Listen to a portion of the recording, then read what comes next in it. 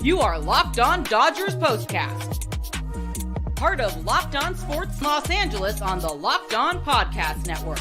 Your team every day. All right, let's see if this works. We have put way more effort into this than we normally do. I think it's fair to say, Jim, that this will be the first Locked On crossover that has been done on the network. So I'm happy to be. I'm the first POSTCAST host. I feel very privileged to be that. This is the first crossover that we will be doing. I am Pete Fox. This is the Locked On Dodgers POSTCAST on the Locked On Sports LA YouTube channel. He is Jim Greasehaber, also known as Grease. Very simple. And it is Locked On Sports Miami and the Locked On Miami Marlins podcast feed, right? And wherever you get your podcast, wherever you listen. Why does my microphone want to keep spinning that way, of course? But yes, of course, Pete, we're pioneers is what you're telling me. I mean, you see the gray hairs. We're old radio guys here. Well, we don't see your gray hairs. We see mine. But I'll tell you this, man, being pioneers right here, Locked On, your team every day, your sport every day. And it's a lot of fun to be a part of some history. I really enjoy this. Right after the game's over, we can go coast to coast, baby, from the MIA to LA. Yes, this episode brought to you by Prize Picks, the easiest and most exciting way to play daily fantasy sports. Go to prizepicks.com/LockedOnMLB and use code all lowercase LockedOnMLB for your first deposit match up to $100. Well, Max Muncy showed Dave Roberts a thing or two today, Grease. He said, all right, I hit 3 home runs and then you put me on the pine. Well, guess what? Tonight, I'm going to come out and hit a grand slam. So I don't know, can we assume that Dave Roberts is going to sit Max Muncy down tomorrow for the finale at noon? Is that probably a safe assumption to make? I mean, for a catcher, right? You almost have to. It's a day game after a night game, and after the night that he's had, though, the problem is when your bat's that hot, you don't want to sit that guy on the bench. Maybe he DHs, with a hot bat like that. Who knows? But I do know this, man. You told me this when we were doing prep work to get ready for this show. And, everybody loves to be in the orbit of the Dodgers. It's a superstar team. You have stars from the Far East. You have stars from every continent, it seems, in the world, even though you don't, but it seems like you do. So the press horde is huge. You know what I mean? So the Dodgers are just that team right now in Major League. It used to be the Yankees. Now it's the Dodgers, right? And so whenever the rest of us get to kind of orbit around the mothership that is the Los Angeles Dodgers, it's a treat. And the Marlins are not a good team. Pete, it's been a bad year. Fire sales kind of underway here. Arise has gone to San Diego. I was joking with you earlier that, you might see a couple of Marlins guys who don't make the trip out of LA with the Marlins by the time this series is over. But you told me as we were getting ready to come full circle that the Dodgers only score on home runs. And that's almost completely true again tonight. Muncy, a big part of that with the grand slam. Yeah, I mean, it's been remarkable. 16 of 17 runs, 16 of their last 17 runs, they got one tonight on a sac fly, have come via the home run. Now, that's one of those things, you live and die by the home run. It's not a good place to be in. It's kind of like live by the sword, die by the sword. If you're going to live and die by the home run, if the bats go quiet for a little bit, it's going to be a problem. I don't know that will be a problem for them. I look at this team right now and I say they're not doing much wrong of anything, which is also fun to watch now, but I don't know that it means much now. It's good. It's fun. It's easy. It's, makes my job easy. It's not like it's complicated to break down one of these games because all they do is mash and strike people out.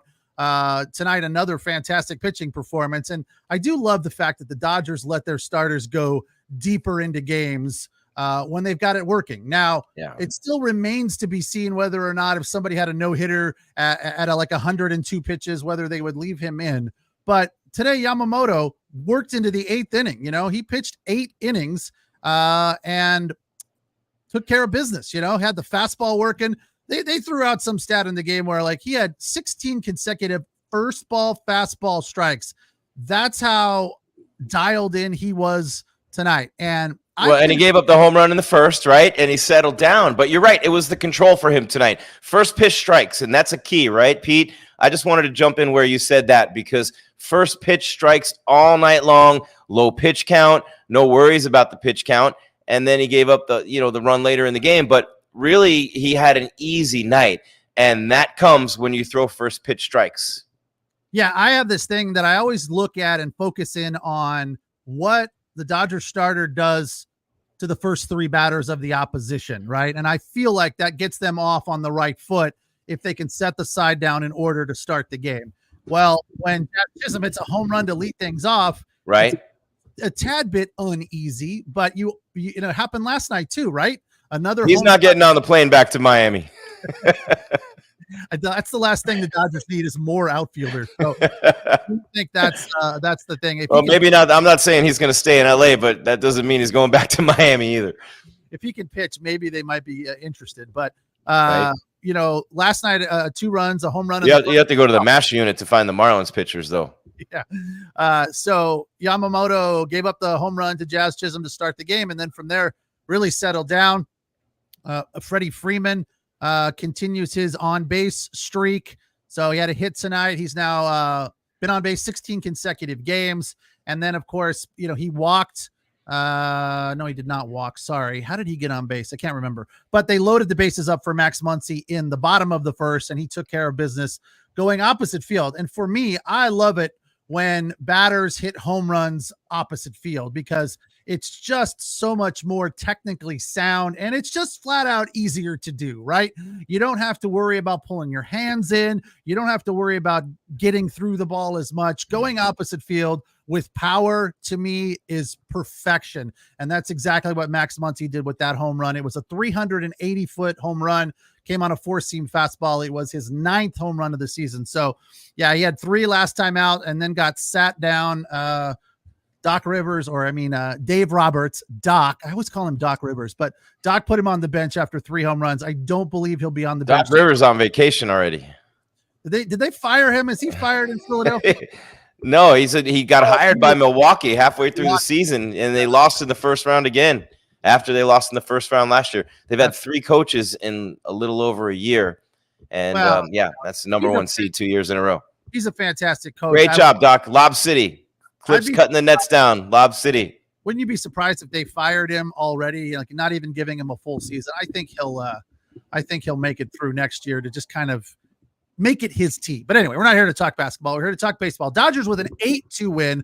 They're now 25-13, 14-8 at home, riding a 6-game winning streak. My question for you, Grease, and we're going to talk about it after the break, has to do with this Marlins team as we see it today, right now, this season, compared to last year. So I have some very, tough questions for you. So get ready for that. We'll hit the first break and then we'll talk more about this Dodger win, the 8-2, the final, their 6th in a row. This is the Locked On Dodgers postcast, the Locked On Marlins postcast. We're doing a crossover so you can see it both on the Locked On Sports LA YouTube channel and the Locked On Sports Miami YouTube channel, if everything goes as planned.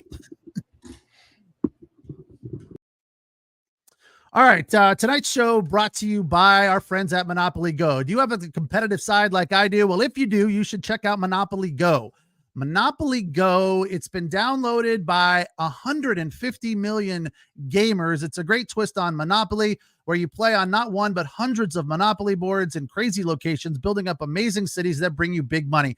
The best part of all of this is not the game by itself, but the things inside of the game, messing with your friends. You can charge them rent on iconic properties, just like classic Monopoly. But now you can rob their vaults of riches for yourself, and the leaderboards show you who is the biggest Monopoly tycoon. You can team up with friends and people you know all around the world in time tournaments and earn huge rewards. So get in the game and join your friends. Download Monopoly Go now for free at the App Store or the Google Play Store. Tonight's show also brought to you by Prize Picks. Prize Picks is America's #1 daily fantasy sports app. Over 3 million people have Prize Pick on their phone, and it is the easiest and most exciting way to play DFS. And the great part about it is it's just you against the numbers. Pick more or less on 2 to 6 players and their stat projections for the night. There are so many different options. On base, if somebody will get on base, total bases, strikeouts, home runs, various and sundry baseball related things. And you can put them together with basketball because, as you know, we're in the basketball playoffs right now. Thunder all over the Dallas Mavericks in game 1. They have this new thing called Demons and Goblins, the newest and most exciting way to play Prize Picks. Demons are a little bit harder. The odds are higher, more complicated, more difficult to reach, but it pays more. Goblins are a little bit easier and pays a little bit less. You can now win up to 100 times your money with as little as 4 correct picks, quick deposits, and easy withdrawals. My initial deposit was super painless and hassle-free, and I got that 100% bonus. So go to prizepicks.com/LockedOnMLB. Use the code LockedOnMLB for your first deposit match up to $100. That's prizepicks.com/LockedOnMLB. Pick more, pick less. It is that easy.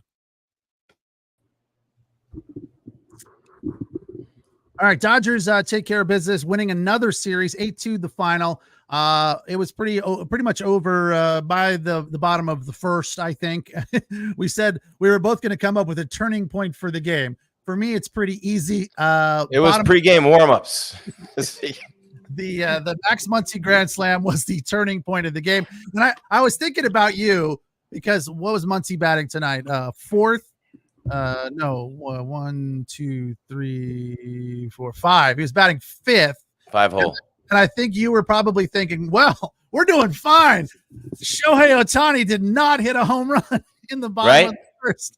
He has not hit a home run in the game tonight. He did not hit a home run in the game tonight. Yeah, an off night for him, sort of. Got on base twice via the walk and then flied out to left field. And he crushed that one to right field, though, Pete. That was a bullet. I mean, they had him played at the track pretty much. I mean, it is what it is when you're Shohei. And you talked about it earlier when we were prepping for the show together. His swing is not a thing of beauty when you look at it. It's just not a thing of beauty, but it is at the same time because of what he does with it. And some people are just that great where they can do almost everything wrong and get everything right. Well, he's so strong. That is something that cannot be overstated, how strong this dude is, that he's able to, fly out the way that he does. But I will say of late through this streak that he's been on over the past 4 or 5 games, he has been keeping that front side in a whole lot more, and he's dropping that foot down there. The timing on his home run balls has been so perfect. It's like he's just, I think he's been hitting both fastballs and off speed, but these balls are coming, even the sinkers and the off speed pitches are coming 85 miles an hour, and he's waiting. He's like, all right, let's go. And it's not even close to him getting beat, right? Because his timing right now is so locked in. So he's definitely got it rolling. And he does. The conversation about him being the MVP this early in the season, I think is maybe a little premature, but how can you avoid that conversation? He's batting .365, which leads the league. He has the most home runs in the league. He has the most base hits in the league. And I believe his slugging percentage is tops in the league as well at .696. And the guy who hits in front of him is hitting .340 with 27 RBIs. So there's this competition right there. Yeah, and he's having a little bit of a cold streak right now. He's slumping at .349. Mookie Betts, of course, we're talking about. 0 for 3 tonight. So here's my question for you. I was like, you're right. This Marlin team seems to be struggling, but they have what appears to be a lot of young talent. You can obviously see that. You mentioned the pitchers. These guys have good stuff. They have, sharp cut action on their breaking balls. They throw the ball hard. These guys have a lot of potential. But correct me if I'm wrong. Wasn't this team in the playoffs last year? Weren't they good last year? They were. So what happened? Okay, so your best hitter leaves and goes and signs with the Giants, 3 years, $42 million. Obviously, Soleil. So that was a big loss in the middle of the lineup, and you'll just replace a guy who obviously had a big year last year for them, and so you can't replace that. There's nobody on the team who had 20 home runs or more, and you lost a guy who hit in the 30s. So you just don't replace that guy in the middle of the lineup on that team. Also, and I talk about this every night, Pete. This is one of the things that really has to happen when you're talking about a sport like baseball where everything's dictated by payroll. Everything is dictated by payroll, right? So when you're a team like the Marlins that doesn't have a lot of money to spend on payroll, that doesn't want to pay the luxury tax, that doesn't want to, you have to keep it close to the vest. They don't draw, you know what I mean? So when that happens, you can't spend the money. So you have to be great at, Billy Beane, right? Moneyball. You have to be great, and you have to do really great job projecting what players are going to do. And you have to say, okay, this is this stage of so-and-so's development. He should take this leap this year and maybe hit 280 with 21 homers as opposed to 260 with 14 last year. And that player has to make that jump. You have to be right. You can't afford to be wrong when you don't have the luxury of those greenbacks behind you, right? Dodgers, Yankees can lose 2 starters. If Kershaw doesn't pitch all year, Dodgers don't even miss him. I mean, let's be real. But when you're a team like the Marlins, you can't miss. You can't have any injuries. You can't have anybody underperform. You can't not sign anybody to replace the guy in the middle of your lineup who hit 30-plus home runs. I mean, there's a lot of factors here, and we haven't even talked about the injuries because at one point last week, we were at a place with the Marlins where 47% of the innings pitched by this staff from a year ago was on the injured list a week ago. So, and that hasn't really changed. So that's a lot of arms in the MASH unit. That's not replacing your best hitter in the middle of the lineup. Berger was injured for part of the year. He led the team in RBIs for 10 straight days while he was out with 15, and no one passed him.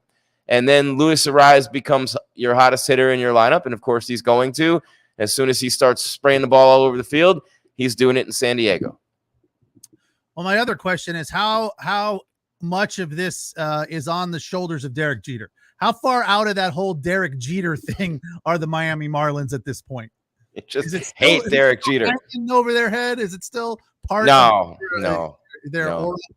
I mean, it's more like I just think that it's really just been they're trying to move forward, and this new ownership group is doing the best they can. But when the team goes out, and there's a lot of guys who they had a lot of faith in this team. They go out and they play the way they've played. And I do want to add one more thing, Pete, because they've been really bad this year. You know what I mean? I mean, they've scored 6 runs in the first inning only to lose a game. When they get great pitching, they don't get any hitting. When they get great hitting, they don't get any pitching. It's just been that year. Last year, early in the season, and I forget the number. I wonder if I could find this somewhere because you know what? You can find anything these days in Google. But early in the season last year, they won a ton of 1-run games. And you know what I mean? They like so many close games early in the year last year. And that's something that's luck. That's something that, everything seems to be going your way when you're winning those 1-run games. And the Diamondbacks last year were a team like that. They took it all the way to the World Series. So the Marlins, so here it is. I found it. On May 10th, the Marlins set an MLB record, 12th consecutive 1-run game 1 to start a season, jumping the 1972 New York Mets World Series team that started 11-0. There you have it. This is why you need to be locked on every day. Right here. This is it. Yeah. So, I can understand they're going through a rebuilding process right now. And, like it's part of the game. I feel like in the NBA, there's a lot of teams that have this kind of, to draw a parallel between the two. I feel like there's a lot of teams in the NBA that are kind of going through what the Marlins are going through right now, like the Oklahoma City Thunder, like the Minnesota Timberwolves, who are very, very good and are going to have a real decent shot, a legitimate shot of winning the title this year. So, it could just be haven't lost a playoff game yet. It could be right around the corner. Shout out to Sam Eklund, our postcast manager. Yeah. Big Wolves fan. The thing is, a lot of teams look at you Marlin fans and say, hey, it could be worse. You've made it to the playoffs 4 times in your existence, and you have 2 World Series trophies. So, don't cry in my beer, says the Seattle Mariner fan. So I don't want to, I don't want to, rub it in too much that they're struggling this year, but you've got some. What about the Oakland A's fan? Oh yeah. I mean, they're losing everything. They've lost the Warriors. They've lost the Raiders twice. Now the A's are going to Vegas. But at least they're over 500. They're 19-17 this year. So, and they've got the 3rd most home runs in baseball. They're a fun team to watch. We just played them, and it was fun. Yeah. Nice win there. Another big part of this game for the Dodgers, Gavin Lux, his first home run of the season. Where are all the comments about how Gavin Lux sucks and how he can't, swing the bat anymore? I know it was 2 years basically since he did not hit a home run. What does it say? Jeff and Vince, who do the Locked On Dodgers postcast, going live over our channel pretty soon after Pete is done here. If all of you guys want to jump on over there after this, cool. So more content about Dodgers. Those guys are fantastic. So be sure to check them out on the Locked On Dodgers podcast feed. Will do. Locked On Sports LA YouTube channel. So that's cool. Vince is at the game quite frequently. I don't know if he was there tonight, but he's there quite frequently to give a real, up close and personal inside perspective to what's happening there at Chavez Ravine. Andy Pajas, bases loaded, sac fly tonight. That broke the streak of not scoring via the home run, but he's been on fire, and you can't argue or feel the least bit let down by what he's doing, even when he strikes out 3 or 4 times a night.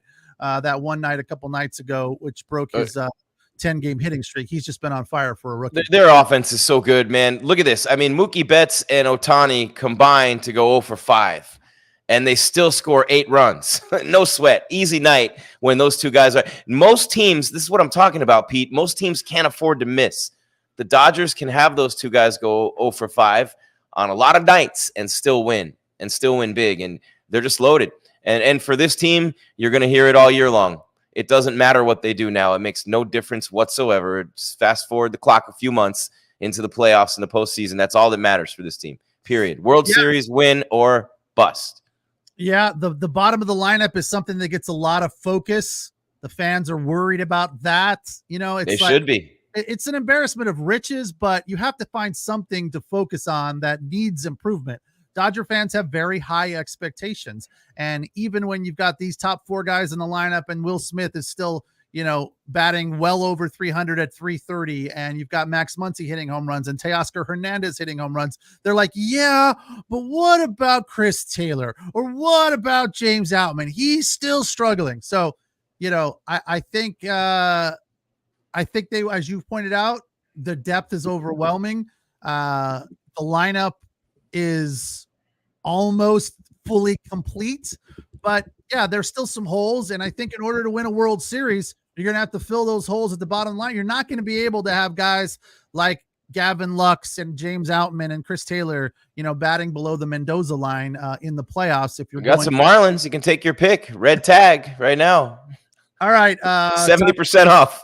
Time for our final break. So this one's on you, Jim. I'll jump out, and you can handle this final break, and then we'll come back and get into Yamamoto's performance a little bit more, because it was also superb and quite spectacular. So this is our first attempt at the Locked On Postcast crossover.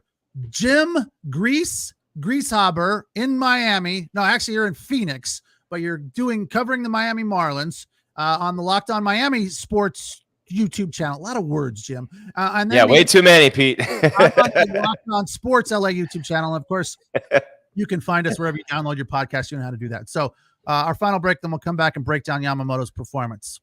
Well, Pete, as you know, and I mean, you haven't known me a long time, but you could probably tell I'm a little bit of a mama's boy, right? And moms are a gift. Mine's here right now for my son's college graduation. So what do I want to do? I want to give my mother a fantastic Mother's Day. We all do, right? Who doesn't want to make mom smile?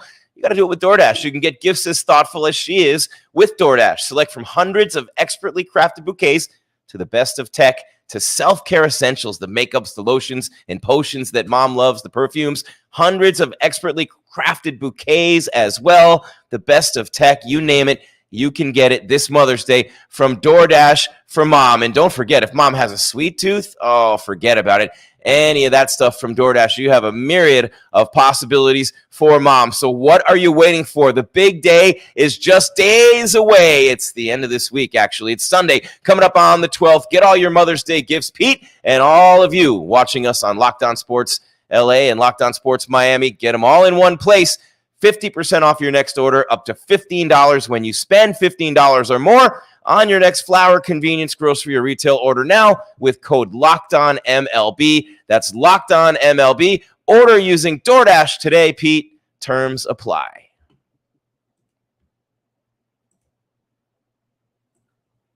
But terms always apply. We talk about this all the time.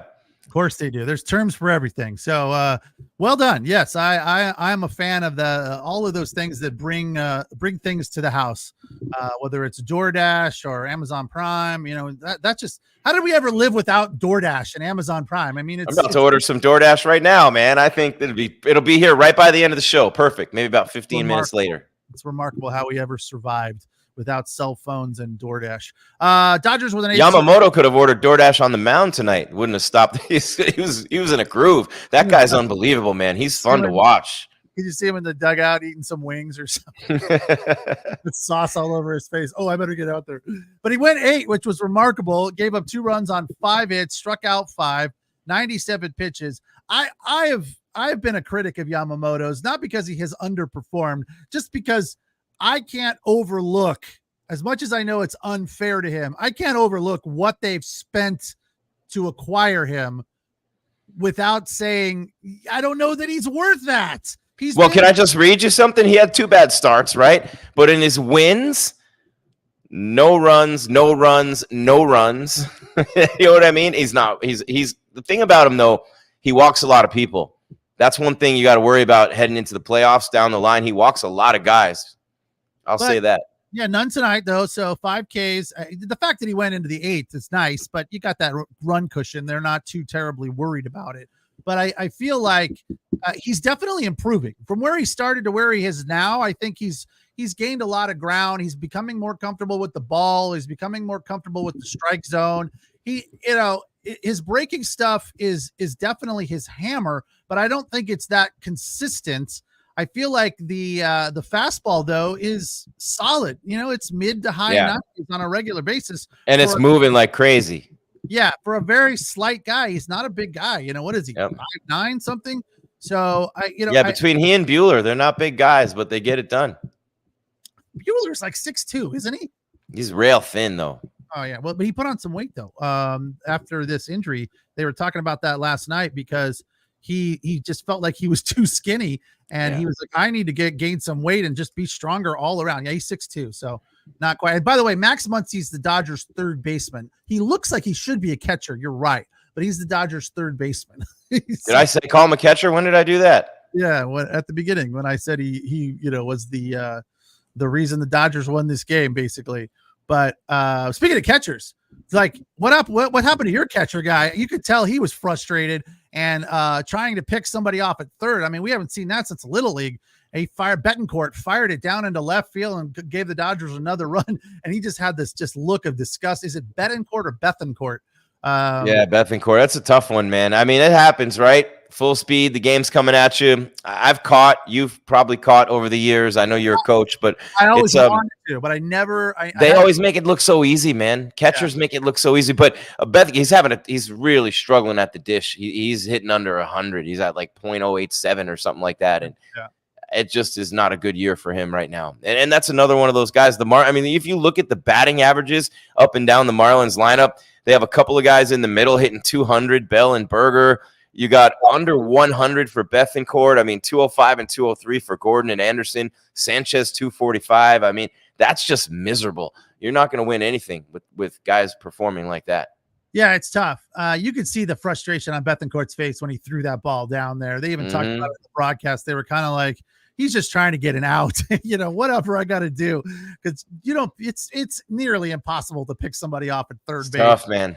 It's tough it's tough to keep fighting through and playing through what they're doing and what they're dealing with every day. You and I were talking about this earlier. It's tough to keep yourselves motivated. Dave Roberts, you mentioned him. He's going to be doing a lot of tinkering all year long just to try to keep this team motivated as they smash everyone. It's the opposite for the Marlins, but both are extremely difficult to keep yourself motivated to keep playing that way. And in the case of a losing team, to get better. But in the case of the Dodgers, to keep that intensity level and that performance level where it is.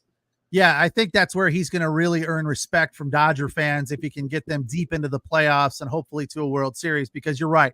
In July and August, when they're probably going to be up, if everything continues like this, I don't think anybody would be surprised if the Dodgers are 15 games up in the West. So that's going to be hard to stay motivated. Of course, the headline in the clubhouse is, World Series or bust or something to that effect. But Craig brings up a pretty good point here. Give me your thoughts on this. Freddie Freeman hasn't had a day off in a long time, nor has Shohei Ohtani. So, they're in the middle of a 6-game winning streak right now. Early start tomorrow at 12:10. There's a probably fair likelihood that one or both of those guys do not play tomorrow. I don't know that Freddie Freeman has not played first base all season, So what do you need a day off for? I'm old school. Play. You're a player. You get paid a ton of money. Play. You don't need a day off. Season. This is it's a long season. Go dig ditches and put up electrical power lines. Tell me it's a long season. Get in the lineup and play. You got to get a day of rest every now and then. Like Freddie Freeman, we talked about this before the show, that he's a guy batting nearly 293 right now and continues to just have this look of sorrow and grumpiness on his face that he's not living up to his own expectation. He's struggling still, hard on himself to a certain extent. Sweet swing though, Pete. He's got a sweet swing, especially when he's going the other way. Again, as I've said, I love it when people go oppo. When he's hitting the ball over the shortstop's head, he looks fantastic. He homered last night, and you can't look. He's in a murderer's row. You got Mookie and you got Ohtani in the 1 and 2 holes, and then you got, Freddie right there. He's gonna feel that pressure when the guy in front of him. And look, when Ohtani's hitting home runs like he has, would he have 4 in 3 games before tonight? When those bases are empty, every time you come up, you're missing those RBI opportunities as well. So he's got to take them when he gets them. You're in a lineup full of killers, and you got to just take your opportunities when they present themselves. But he's going to do it over the course of the season. Grease, what about this suggestion? BC says 156 games. It's actually 162 games. It's not 1924 anymore, BC, but I understand you were close. I think that's what he's saying. I think he's saying there should be 156 games and 1 day off a month. Okay, but 1 day off a month, I'd be fine with that. That's not too much to ask. Because really, when you think about it, these guys are playing. Well, then don't go take the unpaid. 1 day off a month, unpaid. You know what these guys make per game? You can't make that much to sit on the bench. You're a ball buster. Well, then what about the pitchers? I mean, they only pitch once every 4 or 5 days. They're from their own planets anyway, but they're worth the money. You have to. And I'm just teasing the players. I'm old school. Get in there and play. I'm glad you're not my boss. You don't get a day off. Ask the Locked On Lakers guys if Kobe was taking days off. I don't think so. Well, yeah, that's true. But Kobe's rare. I mean, Kobe's a different breed. He came from a different planet as well. I mean, that guy, I don't think anybody worked harder than that guy in the history of the game. Maybe you didn't see Steve Garvey taking days off, or Davey Lopes, or Kirk Gibson out there on one leg. I mean, this is the Dodgers we're talking about. Yeah, those guys, you're right. It's a different time, though. It's a different time. And I just want to keep these guys healthy. My goal is long-term, right? I don't care if we lose this game tomorrow. We already won the series. Those guys have a day off, and it benefits them down the road. Then we're all good. It's a win-win, right? So maybe Piazza should have taken more days off early in his career. And now that I think back, maybe a few more. He was remember when he was just those were fun days. Wow. Look at this. Jeff is throwing shots. How did Pete find a host who's a more grumpy old man than him? I'm not a grumpy old man. I just want them to pay for their money. How much does it cost to go to a game? Jeff, give me a mortgage so I can take my kids. Just to be clear, Jeff, you're as grumpy, if not grumpier, than I am. I think and Pete, I stand corrected on Yamamoto. I fell victim. I looked at the wrong column. He doesn't walk anybody. Never mind. Yeah. I was looking in the wrong spot. So there's 2 mistakes we can correct right here because we're accountable. I think we're all a little grumpy when it comes to breaking down sports. We can't just all be here back patting the whole time. Well, when your team's this good, I mean, I was talking to you before we went on where they are, and I'm not going to repeat it because it's boring. Too many stats anyway in baseball, but where the Dodgers sit offensively in every category except triples, number 1. Yeah, well, everything's going good right now. All the Dodger fans are hoping for is that they can keep it rolling. That's the thing. I'm sure there will be weeks during the dog days of summer where it starts to get bleak and they're going to go on a losing streak and it's going to be bad for a 5 to 7, maybe 10 game stretch. It's bound to happen. It happens to every team every year, no matter how good they are. So right now we're just enjoying it and basking in it. And when it rolls around, I mean, look, that first homestand, they lost 7 of 9 and to the Padres, which none of us like to see that. So they've already done it once. They'll probably do it 1 or 2 more times, but right now it's good. And so we sit here and we look to the future. We look to our crystal ball and say, hopefully this will continue, right? And there'll be more winning than losing, and they'll be at the right level of being in sync at the right time of the season when the playoffs start. And they just have to figure out a way to deal with that week off between the wild card and the start of the NLDS. And then there's the Marlins, who are 10-28.